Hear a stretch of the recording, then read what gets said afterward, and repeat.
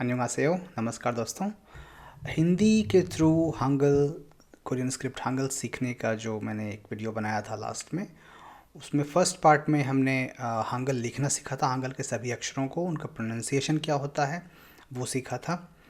और मैंने कहा था कि नेक्स्ट पार्ट में उसके हम सीखेंगे कि उन अक्षरों को जोड़ करके हम शब्द कैसे बनाते हैं और शब्दों को हम कैसे पढ़ेंगे। अगर कोरियन में कोई शब्द लिखा हो तो इसमें हम बेसिकली शब्दों का स्ट्रक्चर क्या होता है कोरियन लैंग्वेज में वो सीखेंगे, और उनके उच्चारण जो अक्षरों के हैं वो कैसे चेंज होते हैं वो देखेंगे।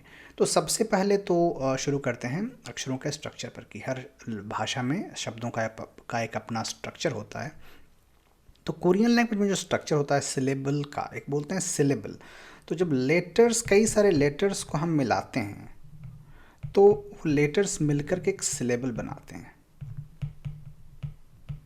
सिलेबल ब्लॉक कह सकते हैं उसको, या सिलेबल कह सकते हैं। और कई सारे सिलेबल्स मिल करके एक वर्ड बनाते हैं, शब्द बनाते हैं। और कई सारे शब्द मिल करके फिर एक सेंटेंस बनाते हैं। ठीक है, तो जैसे अगर आप बोलते हैं भारत, तो इसमें ये भा जो है ये एक सिलेबल कह सकते हैं इसको हम। तो इस तरीके के सिलेबल जो है वो कोरियन लैंग्वेज में कैसे बनते हैं ये हम आज सीखेंगे। तो आपने, मुझे उम्मीद है कि हंगल के अक्षरों को पढ़ना लिखना सीख गया होगा। हमने ऑलरेडी देख लिया था कि जो हम कॉन्सोनेंट को और वॉवल को कैसे मिलाते हैं। तो एक तो तरीका होता है कि हम इसके राइट में रखते हैं, तो ये खा हो जाएगा, ख प्लस आ खा। दूसरा है कई बार अक्षर जो वॉवल हैं वो नीचे भी आते हैं, तो जैसे अगर ऐसे लिखेंगे आप तो ये खू हो जाएगा। और कई बार दोनों साइड में आते हैं, तो जैसे अगर ये लिखते हैं आप तो ख्वा हो जाएगा। ठीक है, तो ये मुझे उम्मीद है कि आपने ऑलरेडी पढ़ लिया होगा। तो अब हम सिलेबल स्ट्रक्चर को देखते हैं। तो कोरियन लैंग्वेज में जो सिलेबल्स बनते हैं वो उसके दो तरीके हैं। पहला तरीका जो सबसे कॉमन है, जो अभी हमने देखा, कि एक कॉन्सोनेंट आएगा और एक वॉवल आएगा, ये एक सिलेबल बन जाएगा। तो जैसे आपने लिखा कि ना, सॉरी ये मैंने थोड़ा सा ना, और इसमें हमने आ लगाया, तो ये ना एक सिलेबल हो गया आपका, इसको पढ़ेंगे ना। फिर अब हमने लिखा माँ, और माँ के नीचे हमने ऊ लगाया, तो ये हो गया मुँह, राइट। तो अगर इसको मिला करके हम पढ़ें तो दो सिलेबल से मिलके एक शब्द बन गया हमारा, जिसको हम पढ़ेंगे नामू। नामू, नामू का मतलब होता है पेड़, ट्री। ठीक है, तो इस तरह से आप शब्द बेसिक बना सकते हैं। तो एक तो ये सिलेबल स्ट्रक्चर है जिससे शब्द बनते हैं।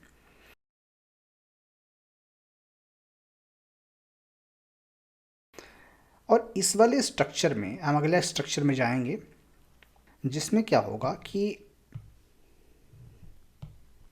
एक तो कॉन्सोनेंट आएगा, उसके बाद में एक वॉवेल आएगा, और उसके बाद में नीचे में यहाँ पे एक कॉन्सोनेंट और आएगा, जिसको हम, इस वाले कॉन्सोनेंट को बोलते हैं फाइनल कॉन्सोनेंट, और या फिर कोरियन में इसको हम बोलते हैं फाच्छिम। फाच्छिम, ठीक है। तो इसका एग्जाम्पल अगर लें हम कि ऐसा ऐसा सिलेबल कैसा दिखेगा दिखने में, तो जैसे हमने ख लिया वर्ड और फिर इसमें ई लगा दिया, मान लीजिए, तो खी बन गया। अब हमें म लगाना है, हमें लिखना है किम, जो कोरियन किम होता है टाइटल सरनेम, तो किम लिखना है हमें। तो ये म जो है ये यहाँ पे हमने लगाया, क्योंकि यहाँ पे अगर हम लगाएंगे म, तो यहाँ पे कोरियन लैंग्वेज में कभी भी कॉन्सोनेंट अकेले नहीं आएगा। जब भी आएगा वो तो किसी वॉवल के साथ में आएगा, ना कॉन्सोनेंट अकेले आएगा ना वॉवल आएगा। जब भी मिनिमम जो सिलेबल का हमारा स्ट्रक्चर है उसमें एक कॉन्सोनेंट और एक वॉवल तो होना ही चाहिए, अकेले दोनों कभी नहीं आएंगे। तो ये पर अगर आप ऐसे लिखते हैं किम, तो वो गलत है, ये ऐसे नहीं लिखा जाएगा कभी भी। तो इसमें कुछ हमें वॉवल लगाना पड़ेगा, तो खी मौ लगाना पड़ेगा, खीमा, खीमी और समथिंग। लेकिन यहाँ पे हमें कोई वॉवल नहीं साउंड चाहिए, हमें सिर्फ म साउंड चाहिए, छोटा म, किम, है ना। तो उस कंडीशन के लिए हम माँ को नीचे ऐड कर देते हैं और इसको हम पढ़ते हैं किम। तो यहाँ पर आप देखिए तो स्ट्रक्चर ये इसके जैसा नहीं है क्या, ये कॉन्सोनेंट एक हो गया, एक वॉवेल हो गया, और फिर एक नीचे में कॉन्सोनेंट है। तो ये इस तरह का स्ट्रक्चर दिखेगा आपका। ये तो दूसरा स्ट्रक्चर हुआ। और एक तीसरा स्ट्रक्चर होता है जो कि दूसरे स्ट्रक्चर का ही एक वेरिएशन है, उसी का एक वर्जन है। उसमें बस अंतर इतना होता है कि कॉन्सोनेंट होगा, एक वॉवेल होगा, और नीचे में एक कॉन्सोनेंट की जगह दो कॉन्सोनेंट आ जाएंगे। वो एक कॉन्सोनेंट्स का एक फिक्स वो होता है, कॉम्बिनेशन होता है, वही फिक्स कॉन्सोनेंट्स हैं, दो दो साथ में आएंगे वो कई बार, लेकिन ऐसे वर्ड्स बहुत ज़्यादा नहीं हैं। तो ये हम अभी शुरू में आप इसको इग्नोर करके भी चल सकते हैं थोड़ा सा, लेकिन आपको समझ में होना चाहिए कि ऐसे भी आ सकते हैं शब्द। तो जैसे एक एग्जांपल लेते हैं हम कि स और आ लगाया हमने, और फिर नीचे में ल और म, ये दोनों आ रहे हैं साथ में, यहाँ पर दो कॉन्सोनेंट आ गए नीचे में। तो ये स्ट्रक्चर अगर आप देखिए तो ये इस तरह का स्ट्रक्चर बन रहा है, कॉन्सोनेंट प्लस वॉवेल प्लस नीचे में दो कॉन्सोनेंट आ रहे हैं, एक की जगह दो आ गए, बस इतना ही डिफरेंस है। तो इस सिनेरियो में कहाँ पर कौन सा अक्षर आ रहा है उसके हिसाब से उसका प्रोनाउंसिएशन चेंज हो सकता है, ठीक है। तो कुछ रूल मैं आपको बताऊंगा, बेसिक सबका उच्चारण तो हमने पढ़ लिया है, तो अगर कोई अलग रूल नहीं बता रहा हूँ मैं तो उसका मतलब हमें बेसिक उच्चारण करना है, ठीक है। तो इन दोनों जो सिलेबल हैं, सिलेबल नंबर 1, नंबर 2 और नंबर 3, इसको हम बाद में देखेंगे थोड़ी देर बाद। सबसे पहले हम पहले वाले पे चलते हैं, जो बेसिक वाला, जो हमने ऑलरेडी सीखा हुआ है कि कैसे ना में आ लगा के ना बनाएंगे, माँ में ऊ लगा के मुँह बनाएंगे, तो नामू मतलब पेड़ हो जाएगा, ठीक है। तो अब इसी में मैं कुछ रूल बताऊंगा आपको कि इसमें 4 अक्षर जो हैं, जो सबसे ज़्यादा फ्रिक्वेंटली आपके कोरियन शब्दों में आएंगे, वो ये हैं।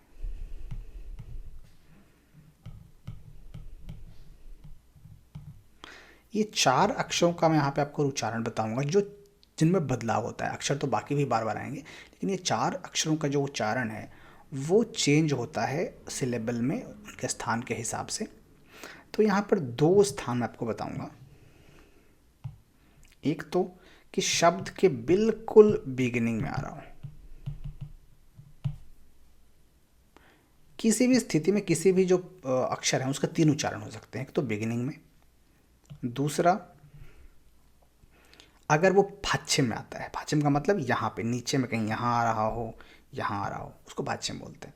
तो भाच्छिम में आ रहा है तो वो उच्चारण अलग हो सकता है, और उसके अलावा कहीं भी आ रहा हो शब्द में तो उसका उच्चारण एक अलग हो सकता है, ठीक है। तो इन तीनों का उच्चारण हम भाच्छिम वाला तो बाद में देखेंगे, इसको हम इग्नोर करते हैं, अभी सिर्फ बिगिनिंग का और कहीं और बीच में कहीं पर आ रहा हूँ उनका देखते हैं। तो बिगिनिंग में इनका उच्चारण तो वही होगा जो हमने सबसे शुरू में सीखा है, खा। और अगर कहीं बीच में आ रहे हों तो उनका उच्चारण होगा ग, ठीक है। तो जैसे एक शब्द लेते हैं हम,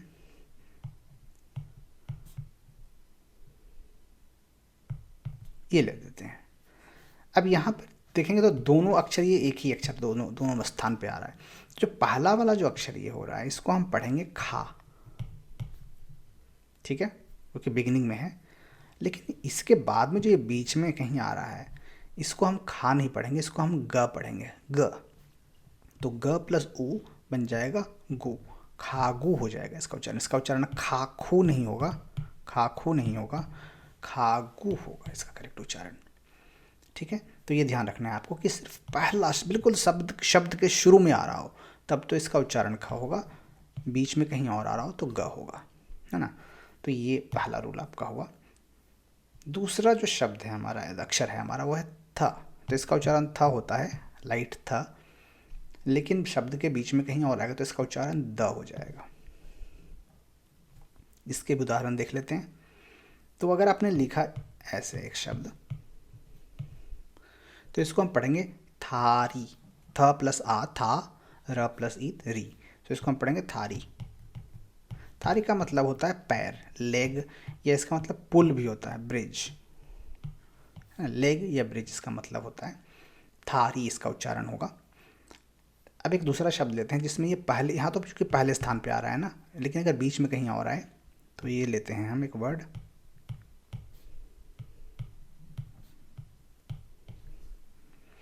अब ये पहला वर्ड है र प्लस आ, रा।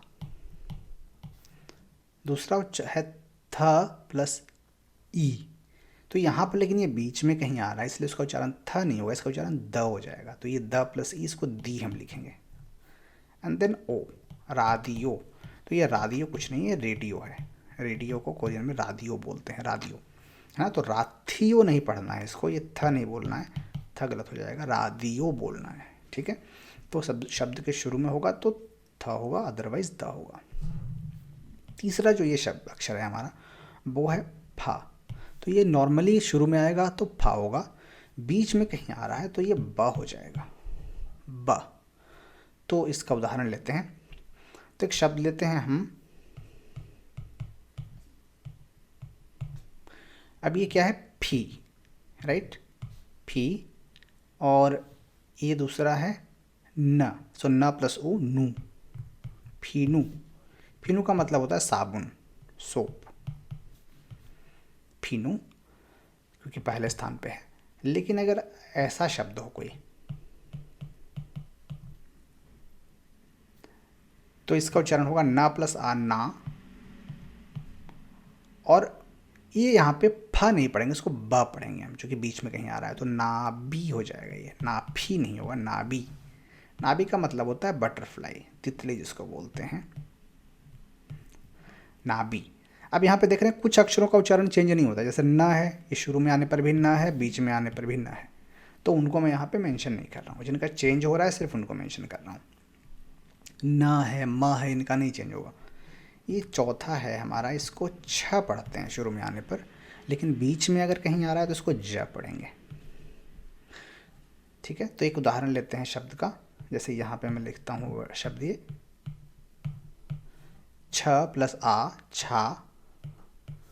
और ये इसको क्या पढ़ेंगे, थ प्लस आ लिखेंगे या द प्लस आ लिखेंगे, द प्लस बोलेंगे, है ना, क्योंकि बीच में आ रहा है, ये शुरू में नहीं आ रहा है। शुरू में आता तो था लिखते हैं इसको, लेकिन यहाँ पे दा है, छादा। छादा का मतलब होता है सोना, टू स्लीप। लेकिन अगर आप ऐसे लिखें एक शब्द, तो यहाँ पर ये तो आपने पढ़ा, याद होगा आपको कि इसका कोई उच्चारण अपना नहीं होता अगर वॉवल के साथ में आता है, तो इसका तो उच्चारण आ होगा सिर्फ। और इसका उच्चारण क्या होगा, चूँकि ये बीच में है तो यहाँ उच्चारण इसका अच्छा नहीं होगा, इसका उच्चारण ज होगा। सो आजू, आजू बोलेंगे इसको। आजू का मतलब होता है वेरी। अब जो ये जो वेस्ट वाले लोग हैं, अंग्रेज लोग हैं, इनके जो लैंग्वेज है इसमें इतना उच्चारण क्लियर नहीं है चीज़ों का, छ ज क ख ग, तो वहाँ पर ये लोग इसको सीधा ज ही पढ़ेंगे। शुरू में आए बाद में आए वो ज ही है इनके लिए, तो वो इसको भी इसको पढ़ेंगे ज़्यादा, इसको पढ़ेंगे आजू। उसी तरीके से इसको भी हर जगह वो ग पढ़ेंगे, वो जो उनके में जनरली ये वाला उच्चारण वो लेते हैं काम में।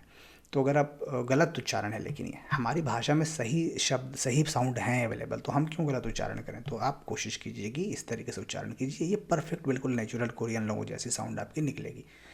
नहीं तो कई जगह पे मैंने कोरियन लोगों को भी देखा है, पढ़ाते हैं तो वो अंग्रेज़ों से इंस्पायर होकर ये वाले अक्षर पढ़ाते हैं कि ये ग है, ये द है, ये ब है, ज है। बट ऐसा नहीं है, करेक्ट साउंड जो कोरियन लैंग्वेज की है वो ये है।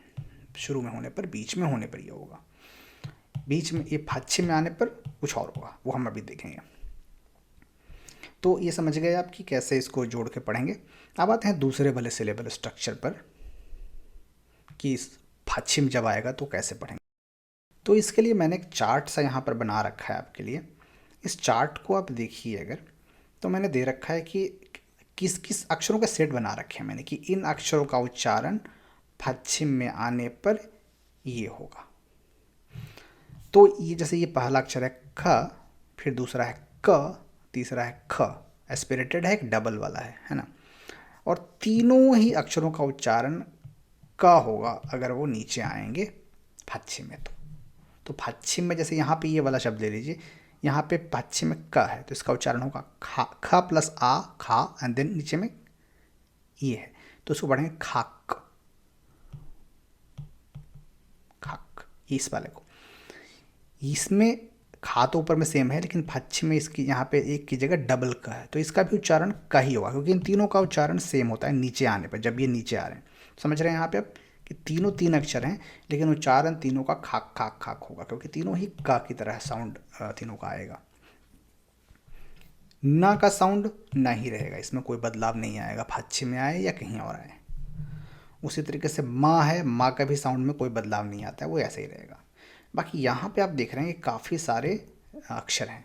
इतने सारे अक्षरों का जो उच्चारण है वो एक जैसा होता है त, अगर वो पश्चिम में आते हैं तो पश्चिम में ये आए या ए आए, स आए, छ आए, छ आए, है आए, सबका उच्चारण ता बन जाएगा।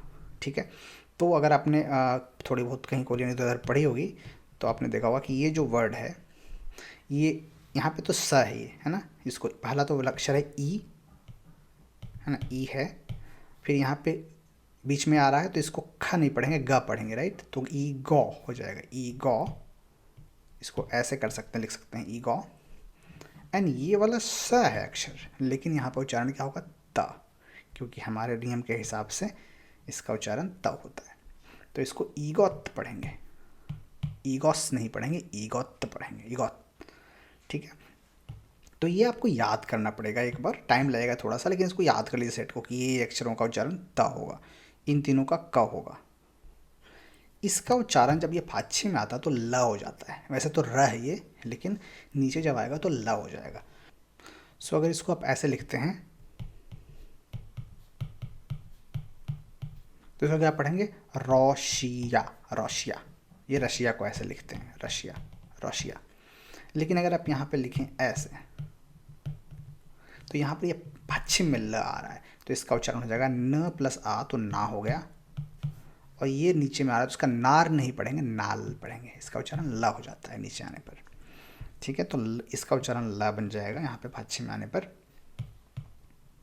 इनका ता बन जाएगा, इनका न बन जाएगा, माँ का तो म ही रहेगा, ये प और एस्पिरेटेड फ दोनों का ही उच्चारण प हो जाएगा अगर नीचे आएंगे तो यहाँ पर अगर देखें आप, तो इसका क्या हो जाएगा उच्चारण, थाप, इसका क्या होगा, इसका भी थाप, क्योंकि नीचे में ये हो या ये हो दोनों का उच्चारण प ही होता है, तो ये थाप होगा। अब आपको ये सवाल आ सकता है दिमाग में कि फिर जब सब इतने सारे अक्षरों का उच्चारण एक ही है तो कैसे पहचानेंगे कि हमें क्या अक्षर लिखना है। तो शब्दों का तो स्पेलिंग आपको रटना पड़ेगा। एक बार जब भी पहली बार कोई शब्द आप सीख रहे हैं तो शुरू में तो एक बार आपको याद करना पड़ेगा, बाद में धीरे धीरे आपके दिमाग में खुद ही आ जाएगा कि यहाँ पर कौन सा अक्षर उसमें है। याद करने के बाद में, जैसे अंग्रेजी में भी तो ये होता है कि एक ही अक्षर के 10-10 उच्चारण हैं, कि सी से भी का हो रहा है, के से भी का हो रहा है, सी एच से भी का हो रहा है, लेकिन हम धीरे धीरे पढ़ते पढ़ते हमें याद आ गया ना कि केमिस्ट्री वाले में सी एच आएगा, कार वाले में सी आएगा, और किसी और में किंग वाले में के आएगा। तो वैसे ही आपको इसमें भी समझ में आ जाएगा, तो उसमें घबराने की बात नहीं है। और इसका जो उच्चारण है फाच्छे में आने पर अंग होता है, ठीक है।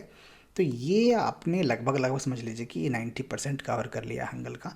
अब इसके बाद जो वो आता है आपका अगला वाला स्ट्रक्चर सिलेबल का, कि जिसमें नीचे में दो आएंगे फाच्छे में, तो कैसे पढ़ेंगे। तो ऐसे वाले शब्द बहुत ज़्यादा आपको शुरू में नहीं मिलेंगे, कुछ ही कुछ जो हैं इसमें आएंगे बार बार आपके सामने।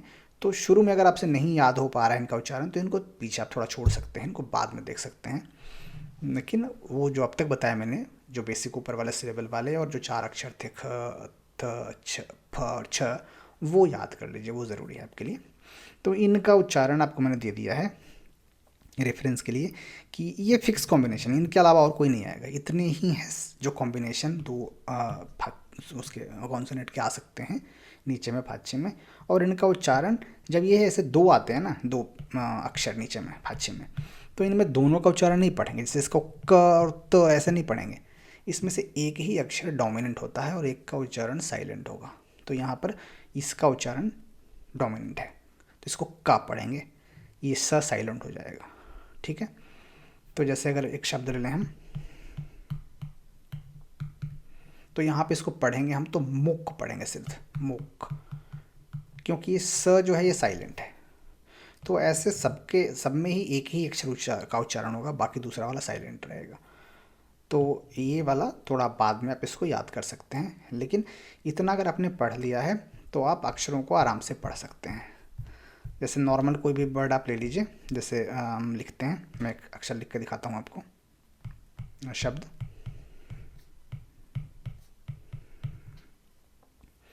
तो इसको कैसे पढ़ेंगे, माँ, माँ प्लस आ, माँ, न, फिर हो गया ना, मानना, सौ, मानना सौ, ये हो गया। अब आपको मैं एक शब्द और लिखता हूँ, इसको कैसे पढ़ेंगे, ह प्लस आ, हा हो गया, न हो गया, फिर हन, और ये ख, यहाँ इसको क्या पढ़ेंगे, ख या ग, ग पढ़ेंगे, है ना, क्योंकि बीच में कहीं पर आ रहा है। तो हंग, ग प्लस उगु, हंगु, ये इसको क्या पढ़ेंगे, क, क्योंकि इसका उच्चारण फाच्छी में आने पर क होता है। हंगुक, हंगुक का मतलब होता है कोरिया, हंगुक, ठीक है। और इसी तरीके से ले लीजिए आप यहाँ पे, अगर इसी में हांगुक में ही ओ लगा देंगे तो इसका मतलब हो जाएगा कोरियन लैंग्वेज। इसको पढ़ेंगे हांगुगो, हांगुगो, ठीक है। अगर आप लिखते हैं इंदो तो ये ऐसे लिखा जाएगा ई न दो, इंदो। यहाँ पे इसको द पढ़ेंगे, था नहीं पढ़ेंगे, इंथो नहीं पढ़ेंगे, इंदो पढ़ेंगे, है ना, इंदो। अगर मैं लिखता हूँ ऐसे एक शब्द, इसको क्या पढ़ेंगे, स प्लस ओ तो 100 हो गया, 100। और ये इसको 100 ऐसे लिख दीजिए आप, लेकिन ऐसे लिखना थोड़ा सा करेक्ट नहीं होगा, 100 है ये 100। एंड देन ऊ, एंड नीचे में ये किसको पढ़ेंगे, र या ल पढ़ेंगे, है ना, सऊल। तो ये सऊल है, इसको आप ऐसे भी लिख सकते हैं सऊल, क्योंकि सऊल थोड़ा सा लिखना मुश्किल है। मैं कहूँगा ये उच्चारण लिखने से बचिए, आप उच्चारण को समझिए, याद कि आप हंगल पढ़ना से तो सीख रहे हैं ना, कि हंगल को ही पढ़ें हम। ये इससे लिखने से हिंदी में अंग्रेजी में आप उच्चारण को 100% कभी नहीं लिख सकते हैं सही तरीके से, कुछ ना कुछ गड़बड़ होगी उसमें। तो इसलिए बेहतर है कि ये उच्चारण सीखिए और इसको डायरेक्टली पढ़ने की कोशिश कीजिए। ये हिंदी का और अंग्रेजी का सहारा लेना, जितनी जल्दी आप छोड़ देंगे उतना ही जल्दी आपकी कोरियन इम्प्रूव होनी शुरू होगी। तो ये सऊल है, जिसको हम लोग सियोल भी बोलते हैं, लेकिन ये असली नाम इसका सऊल है। तो आई होप कि इसको प्रैक्टिस करने के बाद आप कोरियन शब्दों को सही उच्चारण के साथ अच्छे से पढ़ पाएंगे, कोरियन सेंटेंसेस को आप पढ़ पाएंगे। और आगे आप मैंने लिंक नीचे दे दिया है कि उसके बाद से आप उस लेसन से शुरू कर सकते हैं बाकी कोरियन की पढ़ाई। जो हांगुगु 1 जो कोरियन सोल दे हाक्यो की बुक है SNU की, उसका लेसन 1 से मैंने पढ़ाना शुरू किया है उस लेसन में, तो उसको फॉलो कर सकते हैं। ज़्यादा इन डेप्थ आपको स्टडी करनी हो कोरियन लैंग्वेज की, कि थॉरोली आपको स्पीकिंग प्रैक्टिस करनी हो, लिसनिंग प्रैक्टिस करनी हो, और प्रॉपर ढंग से प्रिपरेशन करना हो सर्टिफिकेशन के लिए, जॉब के लिए, करियर के लिए, तो फिर आप हमारा जो कोर्स है, जो हमारी learnkorean.in वेबसाइट पे अवेलेबल है, उसको ज्वाइन कर सकते हैं। वो थॉरो स्टडी के लिए, अगर आपको बेसिक खुद से पढ़ना है थोड़ा बहुत, तो उसके लिए इनफ मटेरियल हमारे चैनल पे अवेलेबल है। और कंटिन्यूसली मैं आगे भी मटेरियल अपलोड करता रहूँगा, लेसन्स वगैरह। तो आप पढ़िए। हैप्पी लर्निंग एंड या best of luck to you.